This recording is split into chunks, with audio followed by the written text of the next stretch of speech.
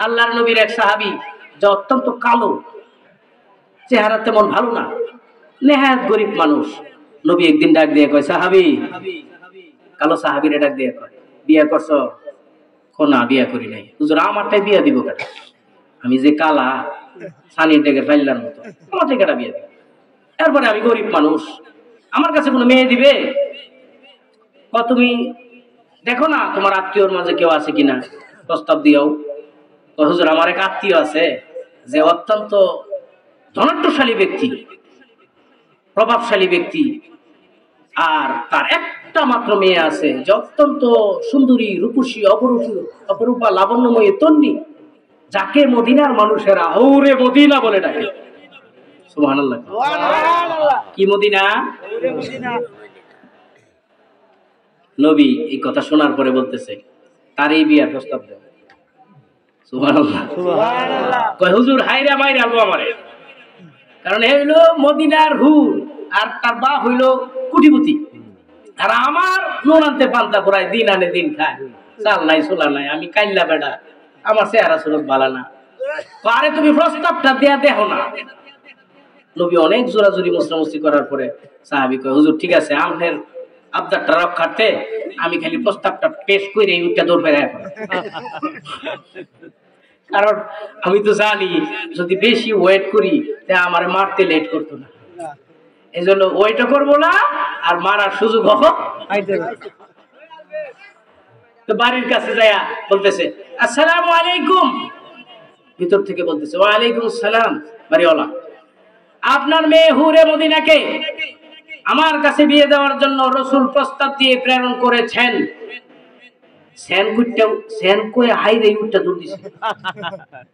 আর এই বাড়িওয়ালা বাইতে বাড়ি আইরে কালো সাহাবীরে দেখে লাইছে, দেখে হাইরা তর্জন গর্জন শুরু করে দিছে।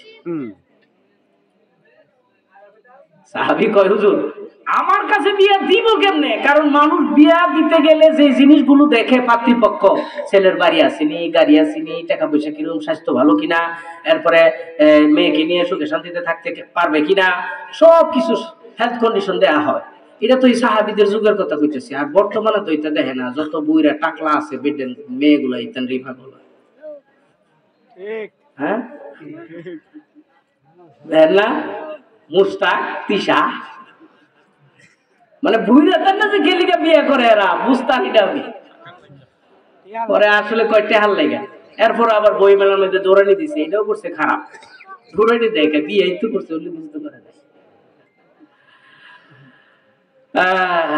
নবীর আদর্শ এটা, বিয়ে করা সুন্নাহ।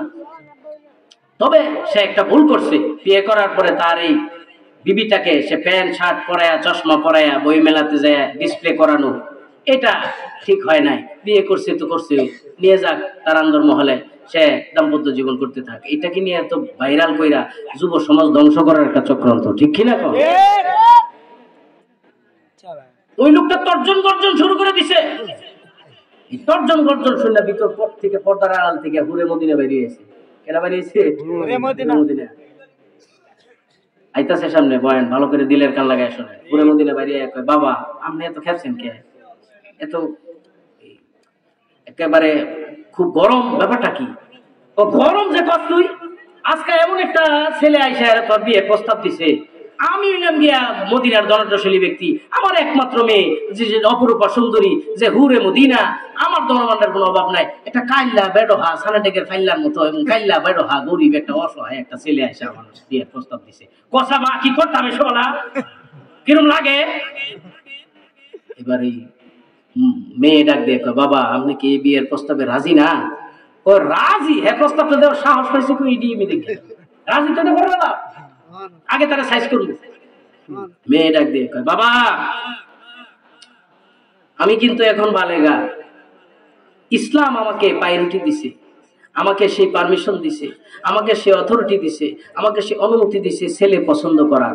আমি বলতেছি, আপনি যদি এই বিয়েতে এই প্রস্তাবে রাজি নাও হন, আমি মেয়ে বলতেছি আমি এই প্রস্তাবে রাজি। বাবা ডাক দিয়ে কয়, নিজের ভাই নিজে কোরআনের আঘাত করিস না। তুই ছেলে তুই দেখতে দুটা থাকলে দুটা কালা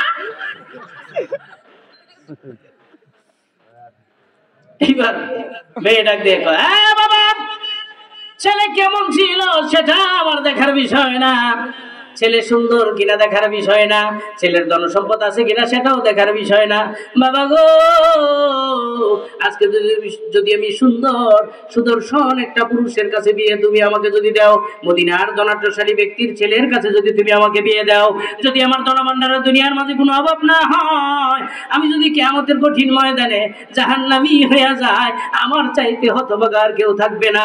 আজকে যদি দুনিয়ার মাঝে আমি ধন সম্পদ নাও পাই, সুন্দর সুদর্শন পুরুষ যদি আমি নাও পাই, সুন্দর চেহারার অধিকারী আমি যদি ছেলে নাও পাই, কিন্তু একটা জিনিস আমি গুরুত্ব দিছি গো, সেটা হলো ছেলেটা কি বলেছে শুনছনি?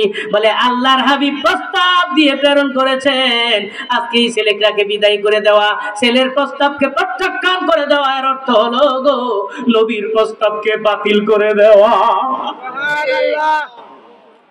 আমি পারবো না নবীর প্রস্তাবকে প্রত্যাখ্যান করে দিতে। আরে বাবা, তুমি যদি রাজি নাও থাকো, আমি মেয়ে বলতেছি আমি প্রস্তাবে রাজি হয়ে গেছি।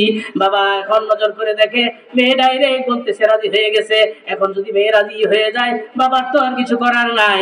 বাবা আবার ছেলেকে ডেকে পাঠালেন, ডাক দিয়ে বলে আমার মেয়ে তো রাজি হয়ে গেছে। কি কি ওষুধ পরা খাওয়াইছো? আমার মেয়ে রাজি হয়ে গেছে, বিয়ের অ্যারেঞ্জমেন্ট করতে চাই, তোমার কাছে কি টাকা পয়সা আছে বের করো।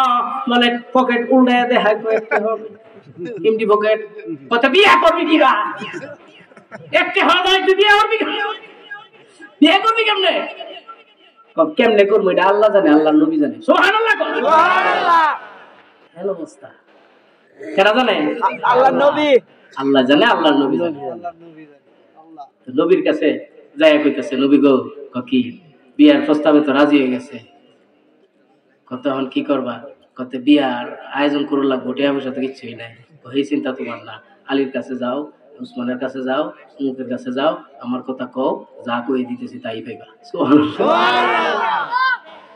এবার শ্বশুরও কয় তোমার জন্য তো কিছুই নাই, আমারও তো সম্পদের অভাব নাই, আমার পক্ষ থেকে আমি তোমারে কিছু দিলাম, দিরহাম দিলাম, তুমি মদিনার বেলাল মার্কেটে যাও। সুবহানাল্লাহ, বেলাল মার্কেট গিয়া ঘুরে দেখে আসছি। তখন আমার এই কথাগুলো, এই হাদিসের এই কথাগুলো মনে হয়ে যায়, এই তো সেই মার্কেট, যেই মার্কেটে এই কালো সাহাবী আয়েশা বিয়ের জন্য মার্কেট করার জন্য, বিয়ের আহা গোল্ডেন চান্স, তার গোল্ডেন অপরচুনিটি, একটা টাকাও লাগতেছে না, মদিনার হুরের সাথে বিয়ে হবে। আসছিল এই মার্কেটে, খালি চিন্তা করি যদি খালি জানতাম মার্কেটের কোন কামরাটা হেঁটে ঘুরতাম একটু। বিলাল মার্কেট তো আগের মতো নাই, বিলাল মার্কেট থেকে আমি কিছু মার্কেটও করেছিলাম, এটা নবীর সুন্নাহ। তো যাই হোক, মার্কেটের মধ্যে ঢুকে পড়েছে ওই কালো সাহাবী। হায় হায়, মদিনার হুর বরির সাথে, মদিনার অপরূপা সুন্দরী লাবণ্যময়ী তন্বীর সাথে তার আজকে বিয়ে হবে গো। মনের মধ্যে আনন্দ আছে না নাই? আছে, কত আনন্দ, একটা টাকাও খরচ হচ্ছে না। এরপরে এত অপরূপা সুন্দরী মদিনার হুর পরি, মদিনার হুর যাকে বলা হয়, তার সাথে বিয়ে হবে। মার্কেটের মধ্যে মার্কেট করতেছে, সরু সামানা কিনতেছে, মার্কেটের মধ্যে যা লাগে গয়না গাটি, আপনার বিবাহের সরু সামানা যা লাগে কেনা শুরু করেছে। এমন সময় মদিনার বেলাল মার্কেট দিয়া, হযরতে বেলাল মার্কেটের পাশ দিয়া যায় আর ডাক দিয়ে বলে, নবীর আশিকেরা রে, তোমরা কে কোথায় আছো গো? খবর রাখছো নি উহুদের জমিনে নবী শহীদ হইয়া গেছে। সুবহানাল্লাহ। আর আপনারা শুনেন তো, ভালো করে বলেন, যে নবীর পাগল, যে নবীর প্রেমিক, সে কি বিবাহের সরু সামানা কিনবে না নবীর প্রেমে পাগল হইয়া উহুদের জমিনে দৌড়াবে? কি করব আমি? আর আমি কি হলো বলে বিয়া করে নাইলে পরে আর কথা থাকবে। এই কালো সাহাবী মনে মনে ভাবতেছে, আজকে যদি আমি এই বিয়েতে লিপ্ত হয়ে যায়, দুনিয়ার হুর হয়তো আমি পাবো, দুনিয়ার সুন্দরী রূপসী অপরূপ লাবণ্যময়ী তন্বীর সাথে বিয়ে হইলে পরে আমি সুন্দর বউ পাবো। কিন্তু যদি আমি নবীর প্রেমে পাগল হইয়া নবীর খোঁজ খবর নেওয়ার জন্য যদি উহুদের জমিনে আমি না দৌড়াই, আমি তো জান্নাতের হুর থেকে বঞ্চিত হইয়া যাবো। দুনিয়ার হুর বাদ দিতে পারি রে, জান্নাতের হুর আমি বাদ দিতে পারি না। বিবাহের কথা ভুলে গিয়েছে। এবার বিবাহের সরসামানা না কিনে ওই হুবু শ্বশুর থেকে যে দিরহামটা দেওয়া হয়েছিল এবার এই মার্কেটের মধ্যে ঢুকে গেছে, ডাক দিয়ে বলে আমার যুদ্ধের পোশাক দেন আর তরবারি দেন। তরবারি যুদ্ধের পোশাক আর ঘোড়া খরিদ করে চলে গেছে গো যুদ্ধের ময়দানে। যাই দেখে উহুদের ময়দানে যুদ্ধ চলতেছে, কারো কোনো খবর নাই কার সাথে যুদ্ধ করবে, কে পক্ষে কে বিপক্ষে। হঠাৎ করে দেখে মুসলমানেরা কাফেরদেরকে মারতেছে। এবার সে কাফেরদেরকে টার্গেট করে মুখটা বেঁধে যাতে তাকে কেউ না চিনতে পারে, কারণ নবীর কাছ থেকে ছুটি নিয়েছিল বিয়ের জন্য, উহুদের জমিনে আসার জন্য নবী থেকে নির্দেশ দেয় নাই। মুখটা বেঁধে কাফেরদের বিরুদ্ধে লড়াই করতে শুরু করেছে, একেবারে কচু কাটা শুরু করেছে, এমন ভাবে বীর বিক্রমের মতো লড়াই করতেছে। হঠাৎ করে এক পর্যায়ে এই কালো সাহাবী উহুদের জমিনে শহীদ হয়ে গেছে। উহুদের জমিনে কারো কোনো খবর নাই। হযরত ওমর ডাক দিয়ে বলে, ও নবীর সাহাবীরা যুদ্ধ চালিয়ে যাও, যুদ্ধ চালিয়ে যাও, কারণ আমি উহুদের পাহাড় থেকে আমি জান্নাতের সুঘ্রাণ পাইতেছি। উহুদের পাহাড় থেকে জান্নাতের সুঘ্রাণ পাইতেছি। আবার যখন খবর হয়ে গেছে গো কাতকু দিলে মুহাম্মদ, শয়তান মারদুদ খবরটা ছড়ায় দিয়েছে, মতান্তরে কাফের মুশরিকরা মুনাফিকের বাচ্চারা খবরটা ছড়ায় দিয়েছে উহুদের জমিনে নবী শহীদ হয়ে গেছে। নবী শহীদ শুনিয়া সাহাবীদের মধ্যে গো একেবারে জলজলা শুরু হয়ে গেছে। সাহাবীরা বলে কার জন্য যুদ্ধ করব, কার জন্য বেঁচে থাকবো রে। হযরত ওমর ডাক দিয়ে বলে এবার কার জন্য আর যুদ্ধ করব, শুনেছি রে নবী শহীদ হয়ে গেছে উহুদের জমিনে, আর যুদ্ধ করব না। আয় আয় কাফেররা আয়, আজকে তোদেরকে আজকে নইছি আমি সবাইকে মেরে ফেলবো, নইলে আজকে আমি শহীদ হয়েই যাব। যখন এভাবে হযরত ওমর যখন লড়াই করার জন্য, যখন এভাবে যুদ্ধ করার জন্য শুরু হয়ে গেছে, হযরত আলী সিজদায় পড়ে গেছে আর আল্লাহকে ডাক দিয়ে বলে মালিক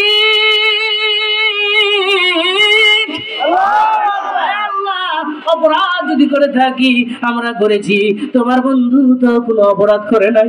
ঈসা নবীর মতো তোমার বন্ধুকে তুমি আকাশে তুলে নিও না, তোমার বন্ধুকে খুঁজে পাচ্ছি না, তোমার বন্ধু কোথায়?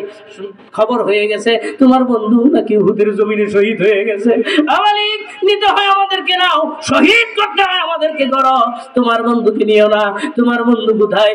এমন সময় একজন সাহাবী উহুদের একটা পাহাড়ের পাশ দিয়ে যায়, হঠাৎ করে নবীকে গর্তের ভিতরে পড়তে দেখছে, হঠাৎ করে দেখে নবী পড়ে রয়েছে। হায় হায় রে, নবীকে দেখে গো হযরত আলী সিজদায় পড়ে কাঁদতেছে। হযরত আলীর কানের গোড়ায় মুখ লাগায় ডাক দিয়ে বলে, আলী রে নবী মরে না, সুবহানাল্লাহ, কোথায় রে আমার দিনের নবী? লইয়া যা আমারে। হযরত আলী যায় দেখে নবী আমার উহুদের জমিনে কাইত হইয়া একটা গর্তের মাঝে কাইত হয়ে পড়ে রইছে। আমার নবীকে দেখে হযরত আলী ডাক দিয়ে বলে, নবীজি গো আপনি একটু উঠেন। সাহাবীরা তো এভাবে কাফেরদের বিরুদ্ধে লড়াই করে তারা একবারে শহীদ হওয়ার জন্য প্রস্তুত হয়ে গেছে, কারণ তারা শুনেছে আপনি নাকি শহীদ হয়ে গেছেন। নবী একটু উঠেন, আপনাকে একটু দেখুক। সাহাবীরা দেখলে মনের মাঝে সাহস পাবে, তারা উৎসাহিত হবে, নইলে তারা মনোবল হারিয়ে ফেলতেছে। আমার নবী ডাক দিয়ে বলেন, আলী রে আমারে শুধু উঠতে বললি, আমার মাথার দিকে তাকায়া দেখ রে, লোহার হেলমেট ফেল করে লোহার বেড়া মাথার ভিতরে ঢুকে গেছে রে, আমি মাথা ব্যথা সহ্য করতে পারতেছি না, আমার আমার একটা পাথরের মাঝে মুখের মাঝে আঘাত লাগা রে, দুইটা দাঁত আমার জমিনে পড়ে গেছে, মাথা ব্যথা সহ্য করতে পারতেছি না, আমার লোহার মাথার ভিতর থেকে লোহার ব্যারাকটা খুলে দিতে পারবেনি। হযরত আলী বলেন, জীবনের বিনিময়ে হলো আমি লোহার ব্যারাকটা খুলে দেব। আরেক সাহাবী এসে ডাক দিয়ে বলে, হুজুর যদি অনুমতি দেন আমি একটু চেষ্টা করতে চাই। হযরত আলী বলেন, ঠিক আছে তোমাকে অনুমতি দেওয়া হলো। ওই সাহাবী নবীজির কাপ মোবারকের মাঝে ধইরা কামড় মায়েরা লোহার ব্যারাকটা খোলার জন্য চেষ্টা করতেছে, আবার মনে মনে ভাবতেছে যদি আমি এক চান্সে যদি লোহার ব্যারাকটা না খুলতে পারি আমার নবী বড় কষ্ট পাবে। একটা কামড় মায়েরা খেচ্ছা তু জোরে একটা টান মারছে গো, টান মারার পরে লোহার ব্যারাকটা খুলে আসছে ঠিক, কিন্তু ওই সাহাবীর দুটি দাঁত ভেঙেও জমিনে পড়ে গেছে। সাহাবী বুকের মাঝে হাত দিয়ে অন্যত্র তাকিয়ে আছে। আমার নবী ডাক দিয়ে বলেন, কি হয়েছে রে সাহাবী? সাহাবী বলে, কিছু হয় নাই। সাহাবী মিথ্যে বলে নাই, সাহাবী একটু উপকার করেছে মাত্র। সাহাবী মনে মনে ভাবতেছে, যদি আমি এই মুহূর্তে বলি নবী গো আপনার প্যারাকটা খুলতে যাই আমার দাঁত ভেঙে গেছে, আমার নবী কষ্টের মাঝে আরো বেশি কষ্ট পাবে। কেমন আসে তারা, আর আমরা এমন আসে কইছি জিলাপি মার্কা আসে, ঠিক কিনা কোন জিলাপি খুঁজি গেলি আশিকের রসুল এমন আসে, মাথার মাঝে নবীর সুন্নত নাই, চেহারার মাঝে নবীর সুন্নত নাই, হাঁটার মাঝে নবীর সুন্নত নাই, খাওয়ার মাঝে নবীর সুন্নত নাই, নাম দিছে আশিকের রসুল। চেহারা দেখলে মনে হয় একেবারে মুরগি সুরের লাইন লাগে। আমার নবীর মাথা থেকে প্যারাকটা খোলার পর নবীজির রক্ত বেবে শরীর বেবে উহুদের জমিনে পড়তেছে গড়ায়া, উহুদের জমিন লাল হয়ে গেছে। আর এক সাহাবী দৌড়ায় আসছে নবীকে দেখার জন্য, আয়েশা দেখে গো রক্তে লাল হয়ে জমিন এভাবে লাল হয়ে গেছে, ডাক দিয়ে বলে, কার রক্ত রে? উহুদের জমিন লাল করে ফেলেছে। আমার হযরত আলী ডাক দিয়ে বলে, এটা তো নবীর গায়ের পবিত্র রক্ত। সাহাবী একটা চিৎকার মেরে উহুদের জমিনে লুটায় পড়ছে, জিহ্বাবে আজকের ছুটে নবীর রক্তগুলো পান করতেছে। আল্লাহু আকবার। নবী আমার পিছনের দিকে তাকায় দেখে সাহাবীর কাণ্ড, ডাক দিয়ে বলে, সাহাবী আমার রক্ত পান করলি না দুজক হারাম করে দিলি? নবী শহীদ শুনিয়া মদিনার সমস্ত অলিগলি খবর হয়ে গেছে। মদিনার মানুষেরা দৌড়ায়, মদিনার ছোট ছোট মাসুম বাচ্চা মায়ের স্তনে দুধ লাগায় না, মদিনার মহিলারা দৌড়াচ্ছে। এক আনসারী মহিলা মদিনার দিকে দৌড়ায়, উহুদের জমিনের দিকে দৌড়াচ্ছে। এক সাহাবীর সাথে দেখা, ডাক দিয়ে বলে, ও মহিলা তুমি কোথায় যাও? তোমার যে বাবা এসেছিল যুদ্ধের ময়দানে সে তো শহীদ হয়ে গেছে। ওই মহিলা কোনো কথা বলে না, কোনো জবাব দেয় না, আবার সামনের দিকে আগায়। আরেক সাহাবীর সাথে সাক্ষাৎ, ডাক দিয়ে বলে, ও মহিলা কোথায় যাও? তোমার যে স্বামী আসছিল যুদ্ধের ময়দানে সেও তো শহীদ হয়ে গেছে। এই মহিলা কিছু বলে না, আবার সামনের দিকে যায়। আবার আরেকটা সাহাবীর সাথে দেখা হলে আর ডাক দিয়ে বলে, মহিলা গো আর যায় কি করবা? তোমার যে কলিজার টুকরা সন্তান আসছিল যুদ্ধের ময়দানে সেও তো শহীদ হয়ে গেছে। এবার ব্রেক করে ডাক দিয়ে বলে, হ্যাঁ সাহাবী, আমার কে শহীদ হয়েছে কে শহীদ হয়েছে না সেটা আমার দেখার বিষয় না। শুনেছি রে আমার আব্বা ছিল শহীদ হয়ে গেছে, শুনেছি রে আমার স্বামী আর ছিল শহীদ হয়ে গেছে, শুনেছি রে আমার কলিজার টুকরা সন্তান আর ছিল সেও শহীদ হয়ে গেছে। এত কিছু শোনার টাইম নাই, বলো গো নবী জীবিত আছেনি? আমার নবী যদি দুনিয়ার জমিনে বেঁচে থাকে রে, সন্তান হারা কষ্ট, স্বামী হারা কষ্ট, বাবা হারা কষ্ট আমি সইতে পারবো রে। নবী যদি শহীদ হয়ে যায় বেদনা আমি সইতে পারবো না, আমি সইতে পারবো না। নবীর একজন সাহাবী নবী শহীদ শুনিয়া ফরজ গোসল করার জন্য পানির কিনারায় যায়, গোসল করবে। ইন টাইমে শুনতেছে হযরতে বেলাল রাস্তা দিয়ে যায় আর বলতেছে, মদিনার ও মুহাজির আনসারেরা, নবীর পাগলেরা গো, নবীর আশিকেরা শুনছুটি উহুদের জমিনে নবী শহীদ। এই সাহাবী হযরতে হামজা ফরজ গোসলের কথা বলে যায়, দৌড়ায় বাড়িতে আইসা ডাক দেয়া কয়, বিবি রে নাঙ্গা তরবারিটা কই, তাড়াতাড়ি দে, তাড়াতাড়ি দে।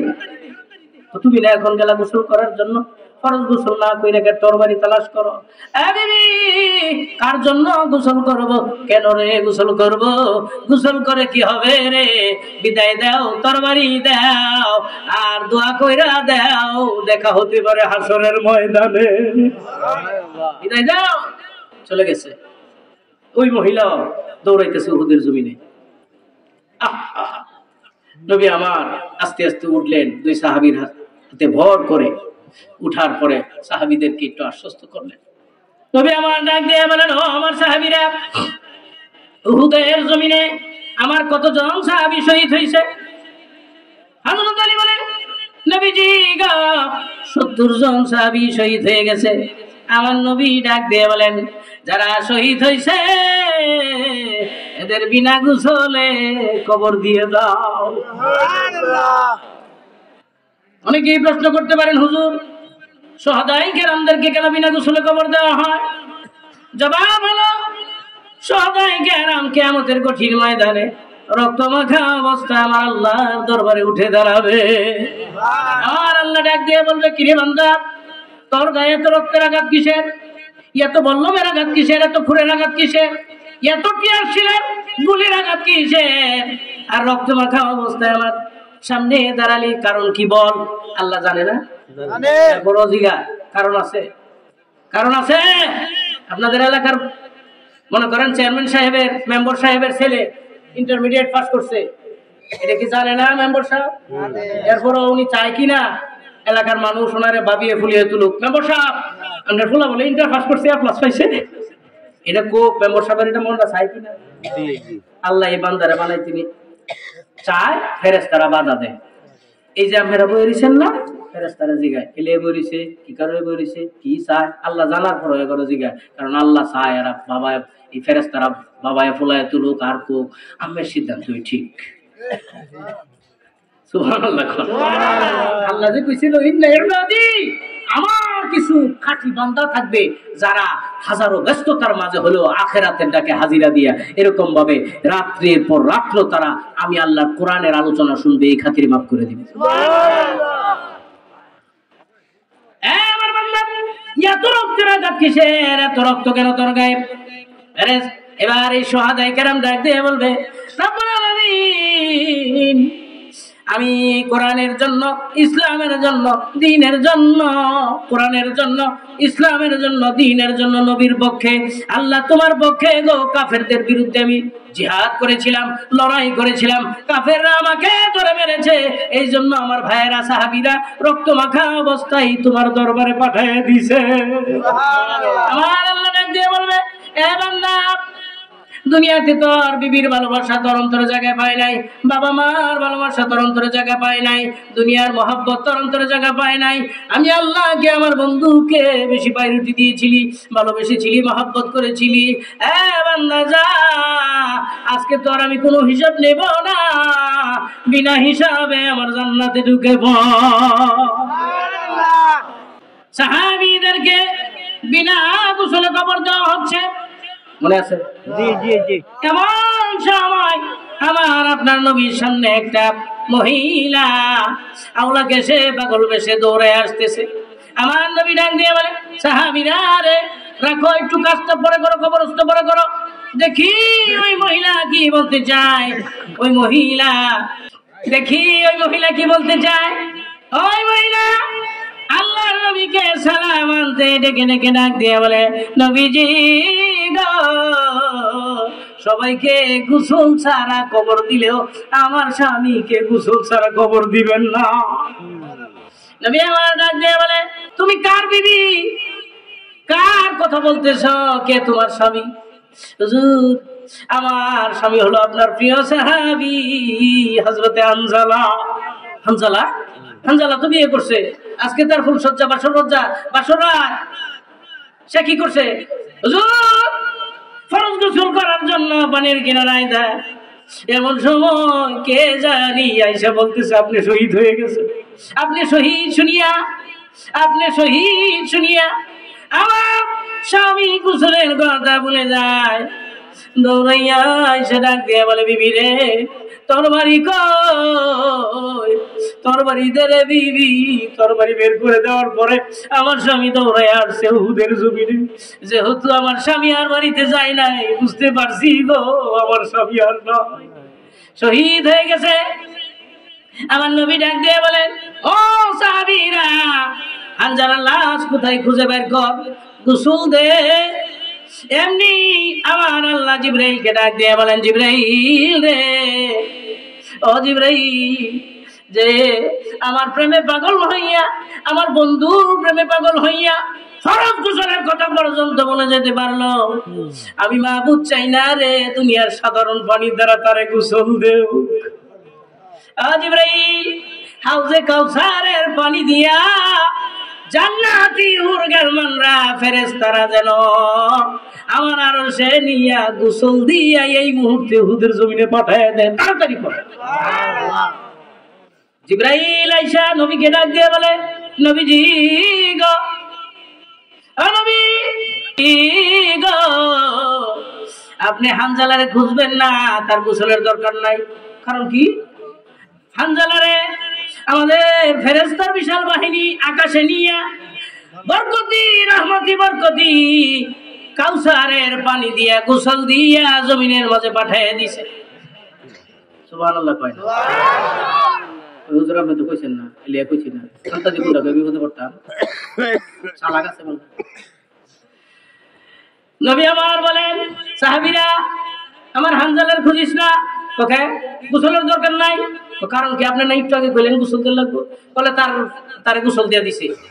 আরেক সাহাবী কয়, নবীর কথাটা হাসান আমিসা, নবীর কথাটা তো ঠিক হই, কিন্তু বাস্তব পরীক্ষা করার জন্য আমি আড়ালে গিয়ে হানজালার লাশ খুঁজে বাইর করছি, গিয়া দেখি চুলের আগা বেয়ে বেয়ে পানির ফুটা পরে, দাড়ির আগা বেয়ে বেয়ে পরে, মনে হয় অক্ষণ গোসল করাইছে।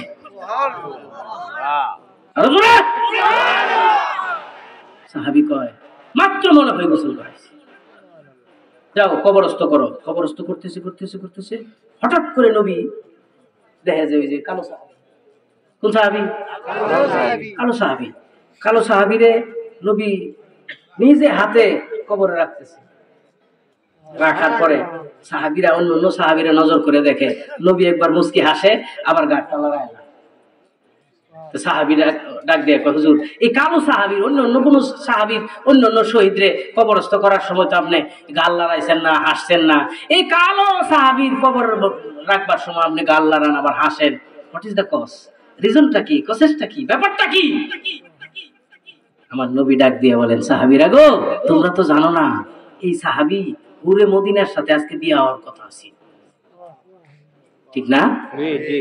হুরে মদিনার স্বামী হওয়ার কথা ছিল সে। হ্যাঁ, মার্কেটের মধ্যে গেছে, আমার সব জিবরাইল ফেরেশতা সবকিছু তার খবর তথ্য আমার জানাই দিছে। এই জন্য কালো সাহাবীরে আমি নিজে হাতে কবরস্থ করতেছি আর কাহিনীটা দেখতেছি। কি বলেছে?